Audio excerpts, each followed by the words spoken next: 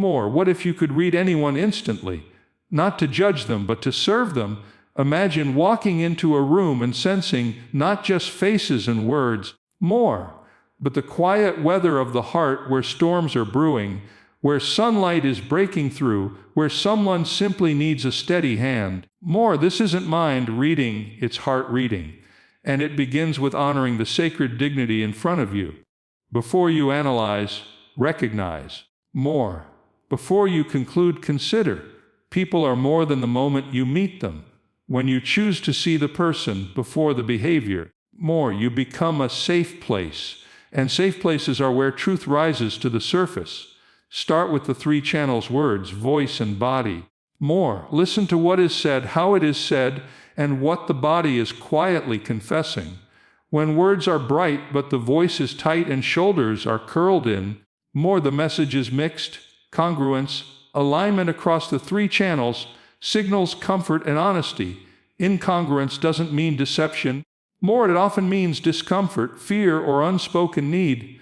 Notice the pace of speech. Fast and breathless can be anxiety or excitement. Slow and halting can be caution or pain. Notice the volume. Too low may reflect uncertainty. Too loud may mask insecurity. Notice posture. More, lifted chest suggests confidence. Collapsed shoulders often protect a tender heart. Hands and feet point to interest. If they point to the door, more, part of the person already left. You don't need to stare. Soft eyes, wide attention, and kindness sharpen perception more than scrutiny. More, to see the person before the behavior is to step into the higher ground of understanding. More, where we no longer judge someone by the single snapshot of their actions, but instead perceive them as an unfolding story written by time, experience, more, and unseen battles. Every face you encounter carries a history, some chapters full of joy, others scarred by pain, some written in clarity, more, others clouded by confusion. To read someone instantly is not about sharpening suspicion or catching faults. More, it is about tuning your spirit to recognize the dignity hidden within them.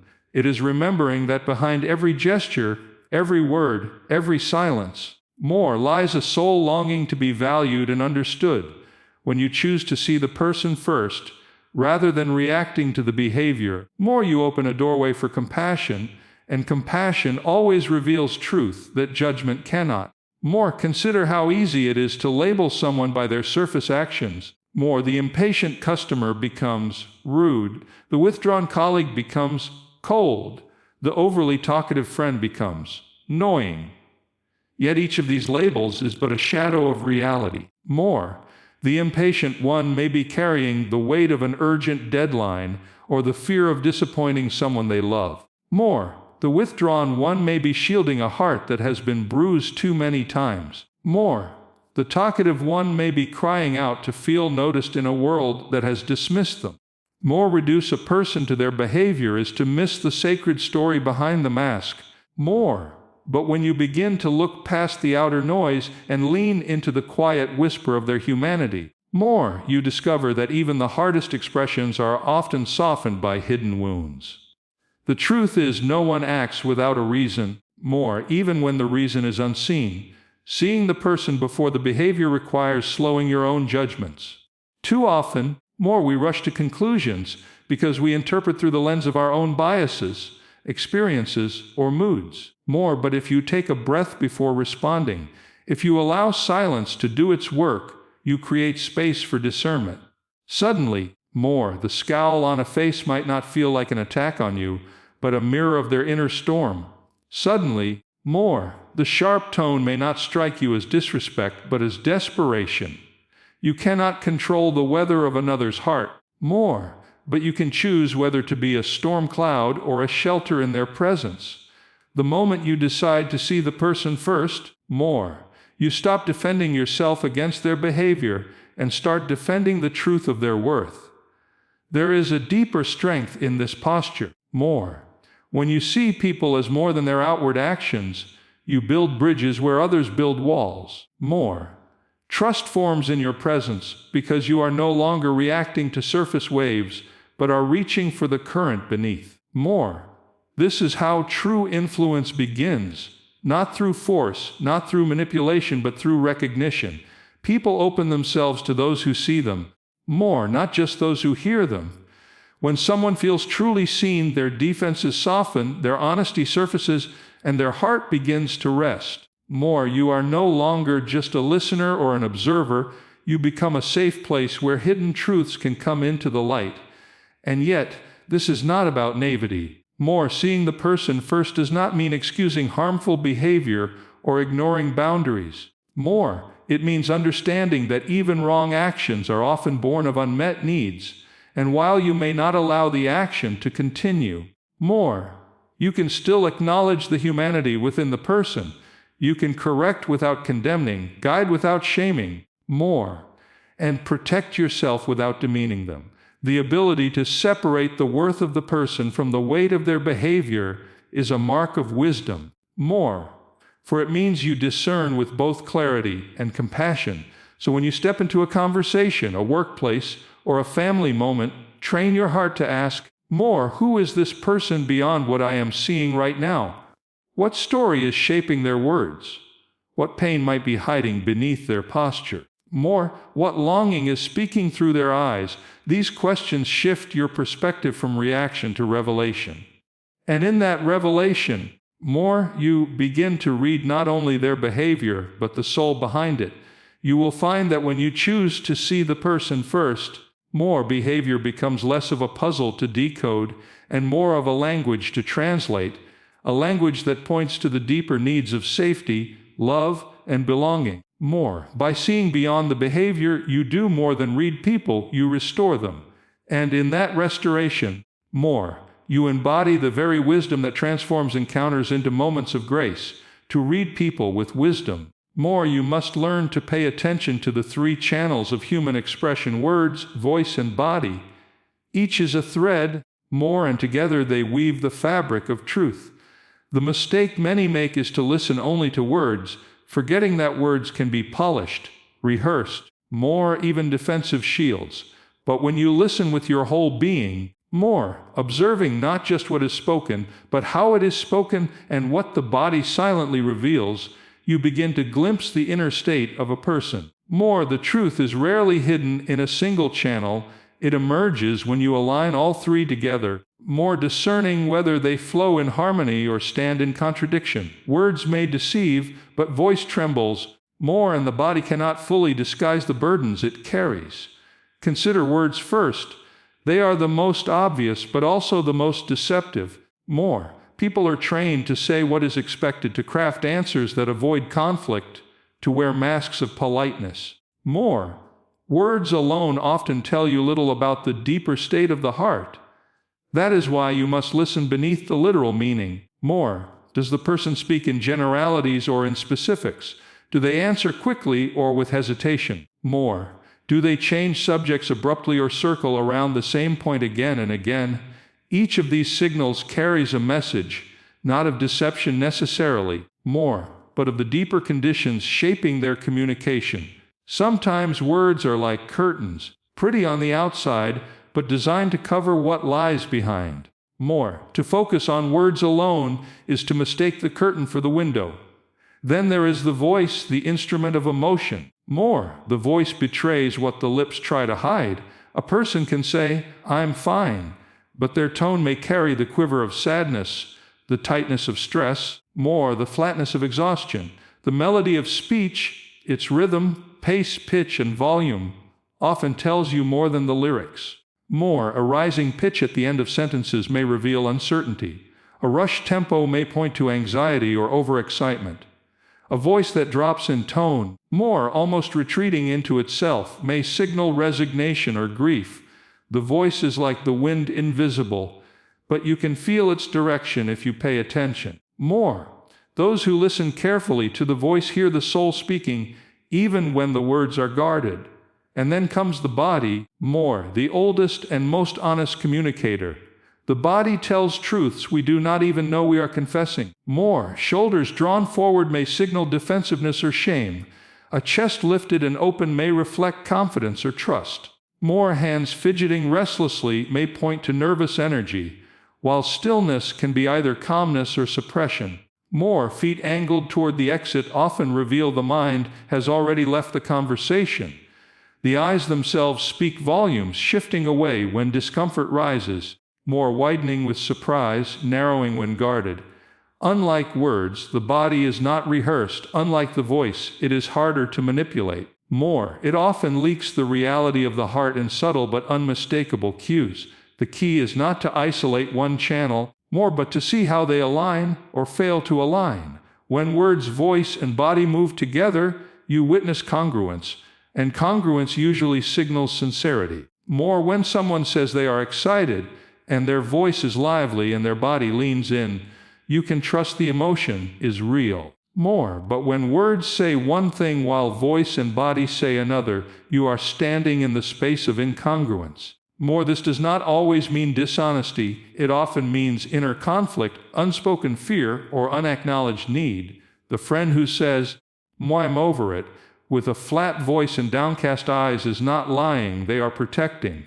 The coworker who insists, more, I have time, while tapping their foot and speaking rapidly may not be deceitful, they may be overwhelmed. More, incongruence is not condemnation. It is an invitation to look deeper with gentleness. More, to read the three channels together requires stillness of spirit and patience of perception. You cannot rush it, nor can you interrogate it. Soft eyes, more, an open posture, and genuine curiosity sharpen your ability to discern. When you see the harmony of words, voice, and body, affirm it and build trust. More, when you see the discord, hold it tenderly, knowing it is the echo of a heart not yet ready to be fully vulnerable. More, the goal is never to expose someone but to understand them. For when you truly understand, more, you create an atmosphere where people feel safe to lay down the mask and reveal the truth freely. More, to master the three channels is not to gain power over people, it is to gain the power to love them with accuracy. More, to respond not just to what they say, but to what they mean, and in that response, to touch the deeper reality of their soul. More, every action you see in another person flows from a motive, and at the core of those motives lie three universal needs: the need to feel safe, more, the need to feel seen, and the need to feel significant. These three longings are planted deep within the human spirit. They are not weaknesses, more. They are the roots of what it means to be human. When you learn to recognize which of these needs is speaking through a person's behavior, more, you begin to understand them on a level that words cannot always express. Instead of reacting to the surface, the irritation, the silence, more, the boasting, you begin to read the soul's cry underneath. This is how you move from judgment to discernment, from frustration to compassion, more, from conflict to connection. The first need is safety. Safety is not only about physical security, it is about emotional and relational shelter. More, when someone does not feel safe, their behavior shifts into protection mode. They may become defensive, more, guarding every word as if revealing too much could wound them. They may withdraw, retreating behind silence to avoid exposure. They may even lash out, more, hoping that striking first will prevent being struck themselves. Imagine a colleague who seems resistant to new ideas, not because they dislike change, more, but because change feels like a threat to their stability, or a family member who resists opening up, not because they lack love, more, but because past betrayals have taught them vulnerability is dangerous. When you recognize the need for safety, you learn to lower your own intensity, more, create reassurance, and prove through patience that you are not a threat. A gentle tone, consistent actions, more, and respect for boundaries can melt defenses faster than confrontation ever could. The second need is to be seen. To be seen is to feel acknowledged, more valued, and recognized as more than a shadow in the background. When this need goes unmet, more, people often seek attention in ways that may appear irritating on the surface. More, the overly talkative friend may not be self-centered. They may simply be hungry to be noticed in a world that has overlooked them. More, the child who acts out in class may not be unruly by nature. They may just crave the teacher's gaze, even if it comes through correction. More, to be unseen is one of the deepest human pains, for it suggests invisibility, as if one's existence does not matter. More, when you encounter someone seeking attention, shift your perspective. Instead of dismissing them as needy, recognize the silent plea. Do you notice me? Do I matter here? To answer that plea, give presence. Look into their eyes when they speak. Acknowledge their efforts, however small. More, offer genuine affirmation. Being seen often heals wounds that words of advice alone cannot touch. The third need is significance. More, every person longs to know that their life holds weight, that their contributions matter, that their voice can shape the world around them. More, when the need for significance is unmet, people may grasp for control, argue for recognition, or push back against others. Not out of arrogance. More, but out of a desperate desire to feel important. The coworker who constantly challenges decisions may not simply enjoy conflict. More, they may be struggling to prove that their perspective has value. The teenager who rebels may not just be rejecting authority. More, they may be trying to carve a space where their voice can be heard. When you encounter such behavior, ask yourself, more, how can I affirm this person's value without feeding unhealthy patterns? Sometimes significance is restored with a simple acknowledgement. More, your input matters. Other times it is nurtured by entrusting responsibility, showing trust, and inviting them into purpose. More, when someone feels significant, they rise into the best version of themselves, and their conflicts often soften. More, when you map motives with the 3 S's, safe, seen, and significant, you begin to understand people not as problems to solve, but as hearts to nurture. More, an impatient driver on the road may not simply be reckless, they may feel unsafe about being late. A boastful peer may not be arrogant. More, they may be starving for recognition. A quiet neighbor may not be aloof, they may fear stepping into connection. More, the moment you shift your interpretation from surface behavior to underlying need, your response transforms. Instead of reacting with irritation, more, you begin to respond with compassion. Instead of escalating tension, you create bridges of trust. Instead of adding weight to someone's burden, more, you offer the one gift every soul is searching for, understanding. And this is the beauty of discernment. When you learn to map motives, more, you no longer feel blindsided by people's actions. You see beyond the mask into the longing beneath. You respond not to the noise of the behavior, more but to the melody of the heart. And in doing so, you become a source of healing in a world filled with misunderstanding. For when a person feels safe, seen, more, and significant, they no longer need to hide, perform, or fight. They can finally rest in the truth of who they are, and you, by reading them well, more, become part of the reason they find that rest. To quickly discern the state of another person, you can use what I call the SAIL scan. Safety, energy, more, and level of detail. This practice allows you to notice within moments where someone's heart and mind might be resting. It does not require judgment, more suspicion, or over-analysis. Instead, it invites a spirit of gentle awareness. More.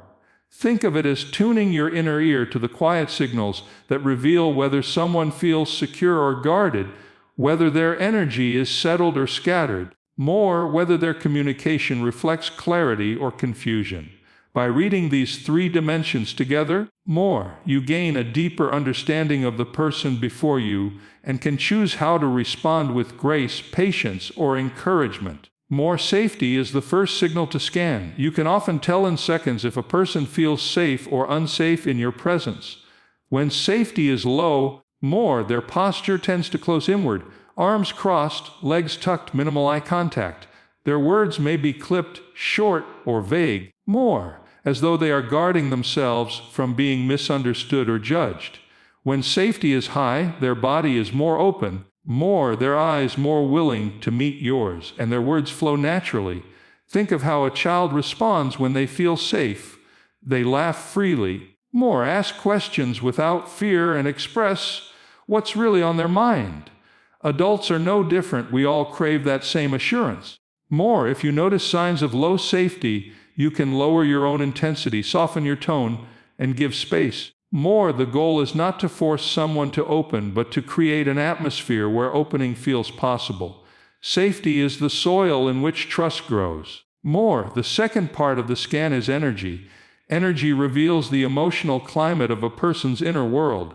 Some people carry energy that feels flat, subdued, or drained. This can reflect sadness, fatigue, or discouragement.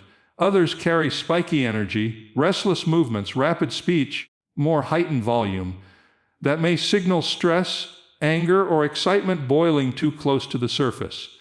Then there are those with steady energy, calm gestures, more balanced pace, grounded presence. Energy is contagious. Walk into a room where someone's energy is frantic, and you may feel your own nervous system begin to race. Sit with someone at peace, and their calm steadies you. By scanning energy, you learn not to be overtaken by it, but to meet it wisely. If energy is flat, you may bring gentle encouragement or presence without overwhelming them. If energy is spiky, you may lower your own tone to create balance. If energy is steady, you can match it and build connection. This awareness allows you to respond rather than react, and to be an anchor rather than another wave in their storm. The third signal is level of detail. This refers to how specific or vague a person's communication is in the moment. When someone gives answers that are foggy, unclear, or overly general, it may reflect confusion, caution, or even fear of revealing too much. On the other hand, when someone provides vivid, concrete, and detailed responses, it often shows confidence, clarity, and emotional openness. For example, if you ask how their day was and they reply, "It was fine," with little elaboration, their low detail could be masking a deeper truth. But if they say, "Work was stressful because the meeting dragged on, and then I had to rush to pick up the kids," you can sense they feel safe enough to share specifics. Level of detail tells you not only about their state of mind, but also about how much they trust you in that moment. The more detailed the response, the more willing they are to let you into their inner world. The power of the SEL scan is that it takes less than half a minute to practice, yet it provides profound insight. You do not need to interrogate or overanalyze. Simply observe. Does this person seem safe or guarded? Is their energy flat, spiky, or steady? Are their answers vague or vivid? Each observation points you closer to understanding how to meet them where they are. If safety is low, reassure. If energy is restless, slow down. If detail is thin, ask a gentle, open question.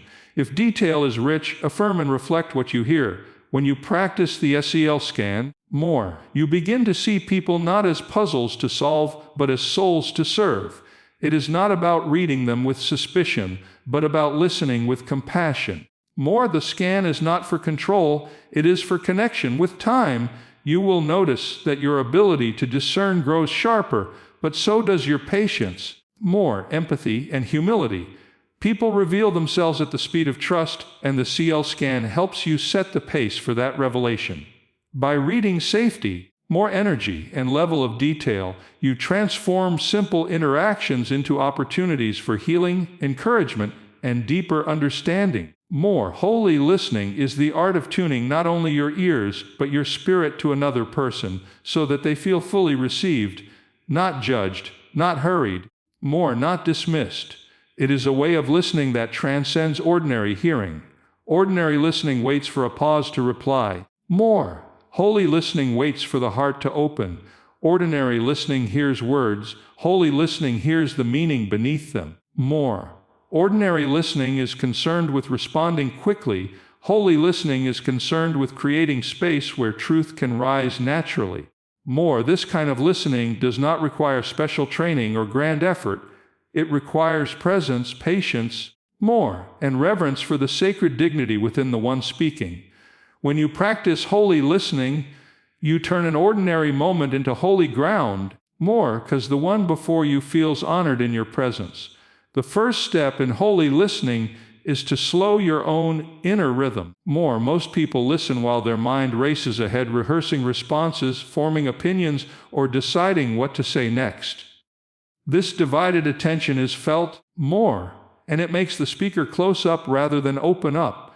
But when you consciously slow your breath, quiet your inner chatter, more, and give the fullness of your presence, you create an atmosphere of safety. You signal that you are not waiting to correct, not rushing to fix, more, but willing to simply be there.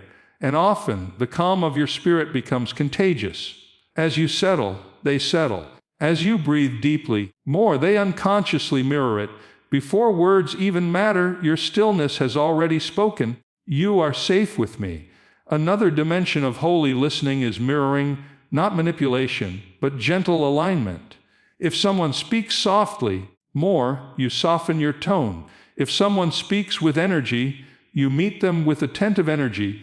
This does not mean you lose yourself, more. It means you create harmony so that the person feels met, more. Imagine walking into a room with music playing.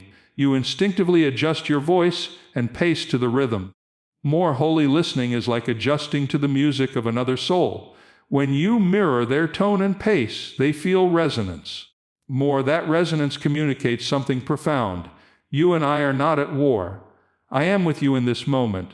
Validation is another key. More, people do not always need solutions. They need to know their experience makes sense. When someone expresses frustration, pain, or fear, more, the worst response is to dismiss it. Don't feel that way, or it's not a big deal.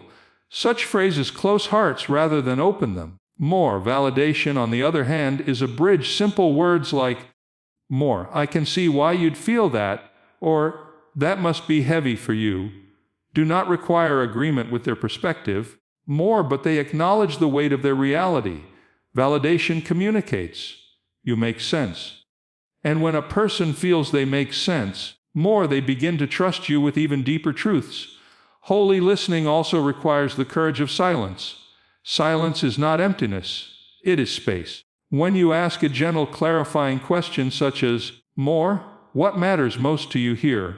Or, where do you feel most stuck? Do not rush to fill the pause that follows. The pause is where the heart gathers courage to reveal what lies hidden. Too often, people rush in to speak, and in doing so, more, they interrupt the unfolding of authenticity. But when you allow silence to breathe, you give the other person the gift of time to discover their own words. More, sometimes the silence itself is healing, for it tells them you are not afraid of their depth, their pause, or their struggle. More, holy listening requires humility. To listen this way is to resist the urge to make the moment about yourself, your wisdom, or your advice. More, it is to surrender the spotlight and give it entirely to the one before you. More, it is to recognize that the goal is not to impress them with your insight, but to create space for their soul to be heard. In that humility, more, you discover that listening is not passive, it is deeply active, a labor of love, an offering of attention. And more often than not, more, the person leaves not remembering your words, but remembering how they felt in your presence, safe, valued, and understood. More, to practice holy listening is to step into a sacred partnership with another human soul. You cannot solve every problem, nor should you try. More, but you can be the presence that steadies, the ear that honors, the silence that heals. You can be the mirror that reflects their worth back to them. More, and in that you do more than listen, you love. Discernment without boundaries can become dangerous, because it tempts you to assume too much. More, to carry weight that is not yours, or to fall into suspicion rather than compassion. More, the gift of reading people well must always be paired with humility and wisdom. When you sense something in another person, whether through their words, more tone, or body, it is not a license to declare truth over them without care. Instead, it is an invitation to hold what you perceive with tenderness, more, and to check it against the pattern of consistency. One signal alone is a whisper, 3 signals repeated are a message. If someone avoids eye contact once, more, it may mean nothing. But if their eyes continually shift when difficult topics arise, it tells you something deeper. Discernment requires patience, more, and patience builds accuracy. This is why wise readers of people practice the rule of 3 confirmations before forming conclusions. More, either the same cue appears 3 times, or 3 different cues align to point to the same reality. More, it is not about rushing to judgment, but about waiting long enough to let truth reveal itself. Boundaries are the other side of this wisdom. More, when you begin to read people, you will notice more than you used to. The exhaustion behind someone's forced smile, the fear behind someone's sarcasm. More, the loneliness behind someone's anger, and because you see it, the temptation will be to fix it. But you are not called to rescue every storm you witness. More, not every burden is yours to carry, not every wound is yours to heal. Boundaries remind you that you can be a light without burning yourself out. More, you can care without controlling. You can notice without needing to take over. More, this balance allows you to serve others with clarity rather than drowning in their chaos. More, one of the most powerful truths about discernment is that it is not for judgment but for service.